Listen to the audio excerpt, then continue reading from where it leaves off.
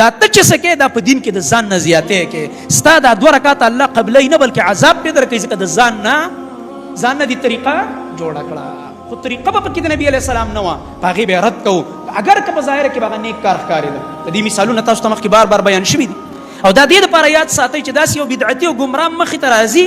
او هغه شبهې پیش کوي چې ولې دا خو ښه کار دی نو ورته راشه دا کم کار دی چې دا علي رضی الله عنه یو کس ییني چې په عیدګاه کې ودرېده او د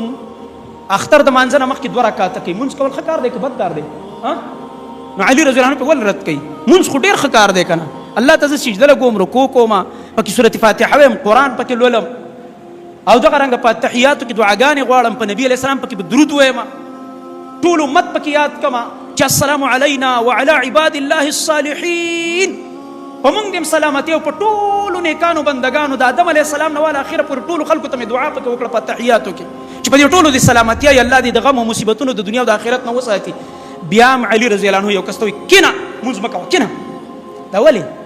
دا ولې علي رضی الله عنه یو سړی د مانځه نه منې کوي هغه هم ورته دقه دلیل ویلی دا د نن سبا بدعتي چې موږ ته وایي هغه ورته څه وایي ښه وایي ته ما د مونځ نه منې کوې او الله به ماله په مونځ باندې عذاب راکوي هغه ورته وفرمایل وایي مونځ نه د نبي په مخالفت به عذاب درکوي چې تا د رسول الله صلی الله علیه وسلم مخالفت وکړو زما نبي چې عیدګاه ته راغلی 2 رکعات یې نه دي کړي د اختر د مانځه نه مخکې صرف د اختر مونځ یې کړی واپس شوی دا ته چې څه کې دا په دین کې د ځان نه زیاتې کې ستا دا 2 رکعات الله قبلوي نه بلکې عذاب پې درکوي ځکه د ځان نه دې طریقه جوړه کړه نو ګوره ښه کار دی ظاهره کې مونځ دی خو صحابې نه مني ورسره ولې ځکه دین کې د ځان نه اضافه ده دا اوس د جمعې مونځ دی او زه اعلان وکړم تاسو را سره منئ چې هلکه نن به موږ د جمعې مونځ 4 رکعته کوو منئ را سره زه هم چې تاسو کې ایمان او غیرت دي دا مونځ به هم راپسې ونه کړه ټول به وځئ بار چېرته بل مسجد ته به لاړ شئ یا به زما باره کې فتوا ورکړئ چې مزغو کې د مولوي صاحب فرق راغی او یا به دا ډایرکټ وایي چې ګمراه شوی دی او دا حقیقت دی داسې به شوي بیا ما له څه پکار ده که زه دا دلیل تاسو ته ویم چې ولې نو دا 2 رکعات هم پکې زیات شو دې کې خو 4 سجدې ډېرې شولې ځکه یو رکعت کې 2 سجدې او دې کې خو قرآن هم ډېر ولوستلی شو او دې کې خو ګوره مونږ چې دې 2 رکعات هم زیات وکړو الله رب العالمین ته هم 2 رکوګانې هم ډېرې کړې نو تاسو را سره منئ ته ما سره رکوع نه مانې ته ما سره 2 رکعات نه مانې ته ما سره دا سجدې نه مانې ولې ځکه ته ما ته دا وې چې دا کار زموږ نبي نه دی کړی نو څنګه چې ته ما ته د دې کار اجازت نه راکې داسې به هر بدعتي ته د هغه د بدعت اجازت نه ورکې اگر که په ظاهر کې هغه کار څه دی ښه کار ښکاري تاسو ته ما 2-3 جمعې مخکې واقع ویلې وه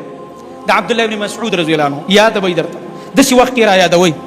دې دپاره چې اهل بدعو دپاره دا دلیل دی دا سنن دارمي کې روایت راغلی دی په دې ابتدا کې راوړی دی او ابو موسی اشعري رضی الله عنه راځي په کوفه کې هغه اوسېده عبدالله بن مسعود رضی الله عنه اوسېده دا صحابه دواړه ابو موسی اشعري رضی الله عنه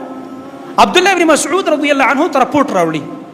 وایي جی راتلم او ستاسو مسجد کې مې څه خلک ولیدل څه عجیبه غوندې کار شروع دی وایي څه چل شروع دی وایي څه کسان ناست دي چې حلقه یې جوړه کړې ده او پای کې یو کس دی هغه ورته وایي چې الا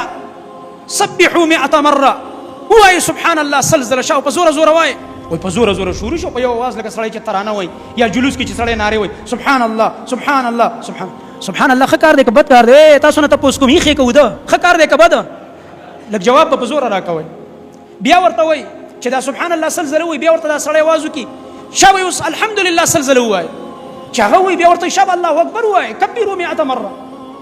بیا ورته لا اله الا الله وایي هللوا 100 مره لا اله الا الله سلزله وایي ګوره دا سبحان الله الحمدلله الله اکبر او لا اله الا الله دا 4 هغه کلمې دي چې دا ډېر عظیم ذکر دی ګوره روزانه تاسو موږ له پکار دی چې دا ذکر ډېر کوو بلکې هغه یو دغه کې خو دا 4 وانه راځي او 5 هم ورسره شته 5 ذکر سبحان الله والحمد لله ولا اله الا الله والله اکبر ولا حول ولا قوه الا بالله سیدا دا بالله پورې دی وګوره دومره ښایسته ذکر دا ذکر خو ټیک دی د الفاظ خو دا طریقه څه ده طریقه شابس نبی علیہ السلام د ترانې په شکل یا د جلوس د اوازونو په شکل او په یو اواز او په زوره زوره نه دی ویلې دا طریقه د نبی علیہ السلام نه نه ثابته اوس که دې سړی زر ظلم سبحان الله ویلې چا ورته سره اوس ما عمرګری ما ته وایي زه دې ځای کې کښېنم او ځان سره بس سر ښکته کوم او پټ لګیم زر ځله سبحان الله زه به ورته یم چې ته زر ځله وایې صاحبه 2000 ځلې ووایه دا ښایسته خبره ده تکړه شي چې ټیم در سره 2000 ځلې ووایه 2000 ځله ورسره لا اله الا الله ووایه 3000 ځله ورسره چې کوم دی الله اکبر ووایه 10,000 ځله خو یې ووایه دې کې د چا اختلاف نشته اختلاف په څه کې و دوی د نبی علیه السلام طریقه بدله کړه په دې ذکر کولو کې.